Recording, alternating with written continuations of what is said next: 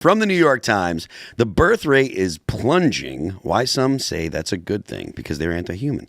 The political class is worried about the historic drop, but the biggest change is among the youngest women who are the least ready to have children. We can blame it on the girls. That's fine with me. The U.S. birth rate is declining. Rose Paz's choices help explain why.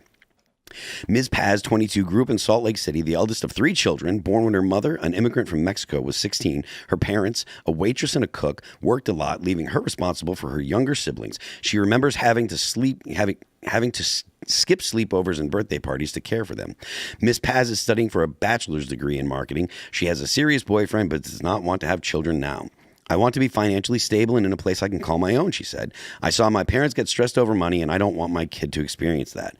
Not so long ago, women like Miss Paz in their early 20s from backgrounds that are far from privileged would have been among the most likely to have children. Now this group is a key contributor to the country's declining birth rate, which is at an all-time low, down by over 25% since 2007, the year the fall began. Priya, do you have kids? I don't. I would love to have Shame on you. I don't. Shame on you. Yeah. Why don't you have children? I haven't found my husband yet. There you But go. once I do, we'll get right on it. Don't you worry. So do you, like the way that they frame this as, young women are deciding not to, that's strictly because of birth control and because of abortion. No, I wouldn't say strictly, but those definitely. Largely? I think they all play into each other. Like those with the overarching idea or ideology behind feminism is largely a key factor in that. I think that forcing women into the workforce was essentially the start of this downfall. Yeah. There's also a nihilistic view of the way the American economy is right now. Yeah. And that you can't say that's not a part of it, because that's affecting the men too, especially men who are still trying to hold on to the idea that they're going to have to be a provider, even if both of them are going to be working, which is what most relationships are these days. Somebody's going to have to be the main provider in that family.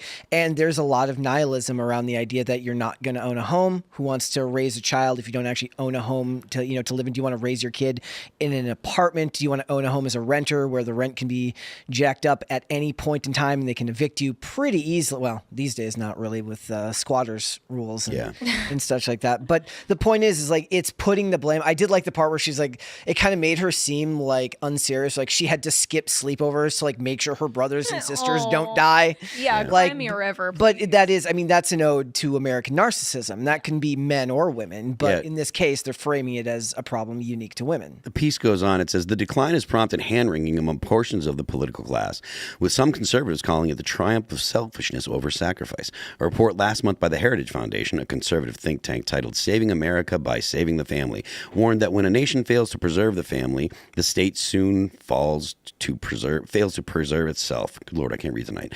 And I think that actually is an important point, right? Like, your society is made up of the people. And if you're not making more people, then you're actually allowing your society to age, decay, and you lose that vigor that comes from young people. You lose a lot of the industriousness that comes from young people. Old people or older people tend to be kind of stuck in their ways. Young people tend to be the ones that are looking to try new things.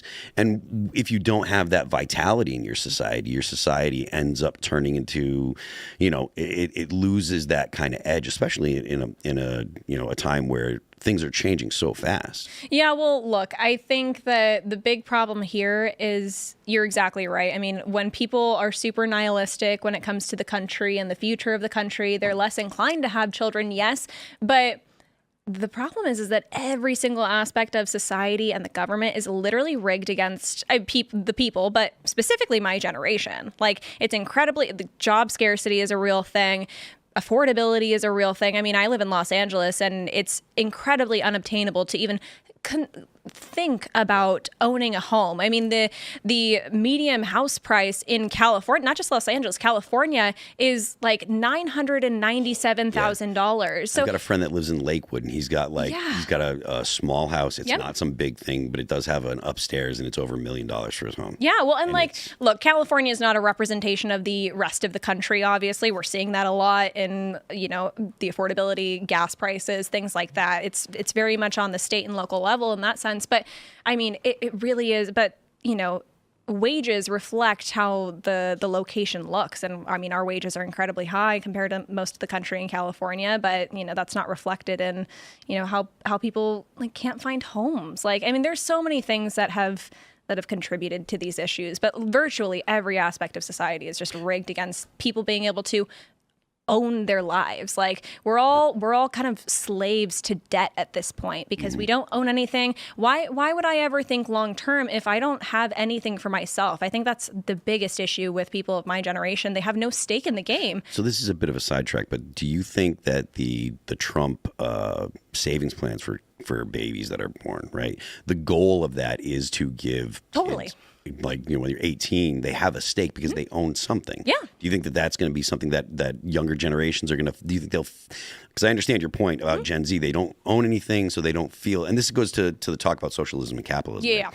Like they don't feel like they own any property, so why do they care about property rights or things like that? Whereas if you have a bank account that has money in it, that when you turn 18, you have can actually assets do and something things like that. Yeah. You know, do you think that's something that is going to actually affect the opinions of the young, like people being born now?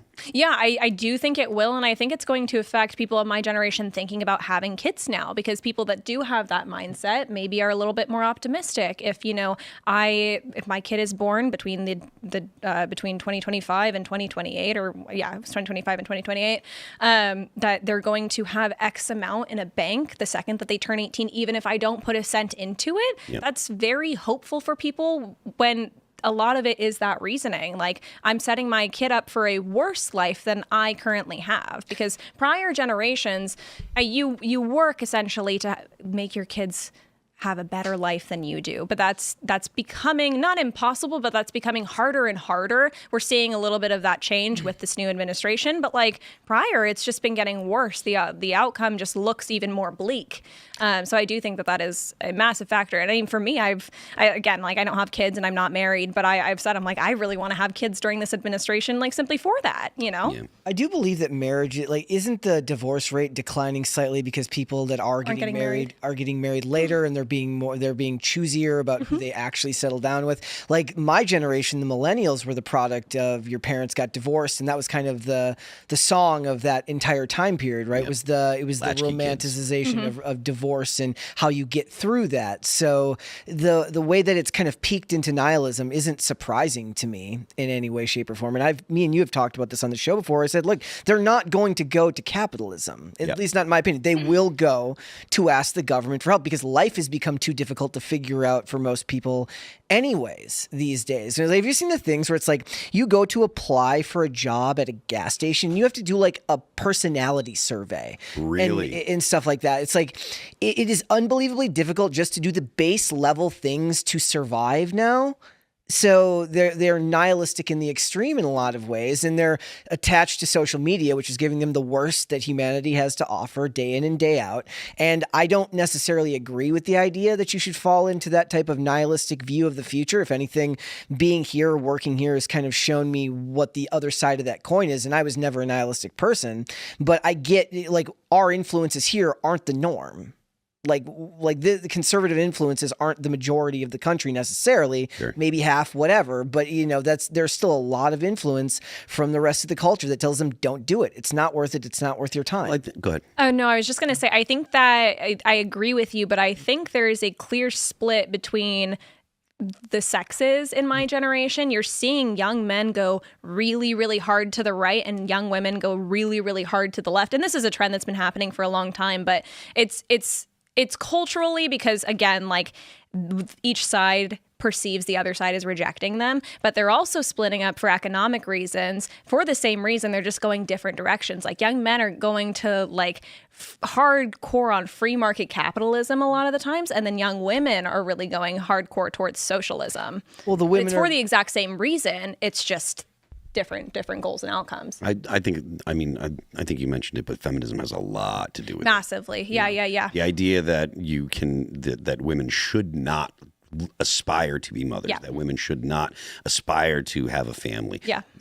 And I understand that, like, you know, the fact that it takes dual income to just make ends meet now, like that's definitely true, but we got to this, or part of the reason we got to this point, was because society has been telling young women that that either you can have everything, you can do both of them, or you shouldn't even want to. I think Murphy Brown in the 90s, when she was like, a CEO and had a kid, and it was like, oh, well, I can do whatever, I can do all of it. And you know what? You can't do all of it. And that's exactly, there are people that are capable of doing all of it, but everyone thinks they're the exception. That's the problem. They're not capable of doing it. They have someone else raising the kid. That is true. They have that care. Is true. You've got your kid in daycare all day, and a mother should be with the kid as much as possible. I agree. So the idea that they can do it all, no, you can't. Well, you hire someone to do it for you. Yeah, it depends on what your idea of do it all obviously is. But if you want to be the boss babe CEO of a company and then have 4 kids,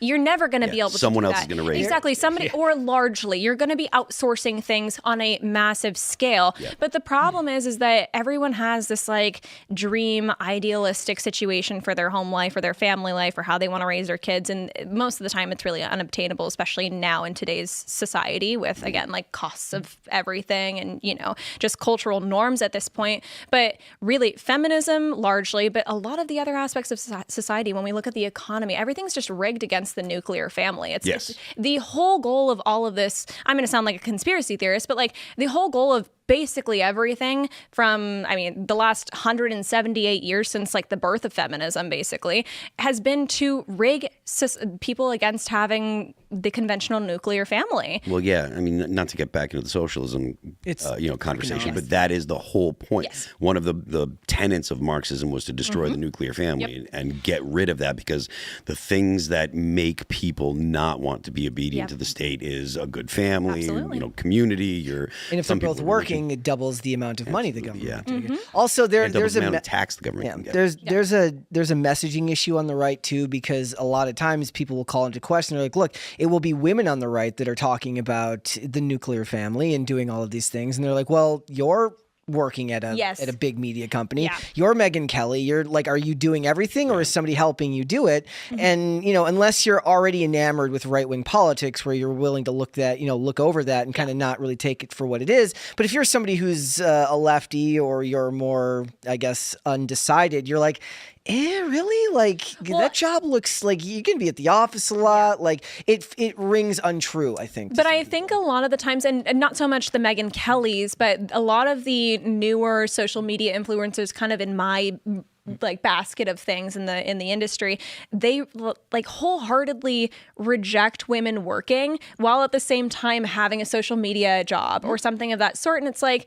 well, you're just a hypocrite if you're telling me that I should be the most trad wife in the world, and maybe you placate like that on the internet, but you're clearly not. You're clearly working. You're clearly, as much as people hate it, like a lot of these women, they dress up for men on the internet. Like, they're not, like, you might be wearing somewhat trad looking clothing, but it's really not. It's a costume. Like, it's cosplay, and you're basically putting on the internet the message that men want to hear a lot of the times, and you're selling yourself in one way or the other on the internet. It's so annoying when people wear costumes. I can't stand that fake shit. Thanks for checking out this clip from Timcast IRL. Make sure to watch the show live Monday through Friday at 8 p.m. Subscribe to this channel, and we will see you all there.